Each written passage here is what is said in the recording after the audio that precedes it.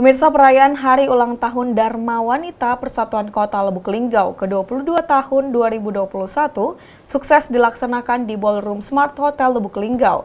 Sejumlah pesan dan harapan disampaikan pengurus DWP saat memperingati hari bersejarah tersebut. Perayaan Hari Ulang Tahun Dharma Wanita Persatuan Kota Lubuk Linggau ke-22 tahun 2021 pada 6 Desember 2021 dirayakan dengan lancar dan meriah. Acara ini dilaksanakan di Ballroom Smart Hotel Lubuk Linggau, mengambil tema bersama membangun ketahanan perempuan Indonesia, mental sehat, bisnis UMKM pulih. Rangkaian acara HUT DWP diawali secara bersama-sama menyanyikan lagu Indonesia Raya dan dilanjutkan dengan himne Dharma Wanita Kota Lubuk Linggau.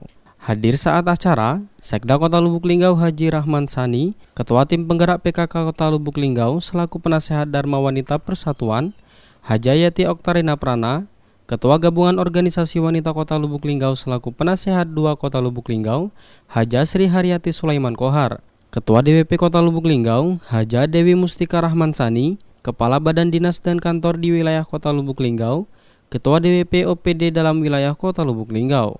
Sekda Kota Lubuk Linggau, Haji Rahman Sani menuturkan untuk DWP Kota Lubuk Linggau dapat memberikan kontribusi dan memiliki komitmen yang tinggi dalam meningkatkan derajat kesehatan masyarakat Kota Lubuk Linggau, dalam mewujudkan masyarakat sehat jasmani dan rohani, serta ikut andil dalam mempromosikan produk unggulan UMKM Kota Lubuk Linggau, guna meningkatkan masyarakat produktif berdaya saing dalam ekonomi kreatif. Sementara itu, Haja Dewi Mustika Rahman Sani berharap supaya ibu-ibu ASN ini lebih maju lagi dan dapat mendampingi suami juga mandiri saat mendidik anak.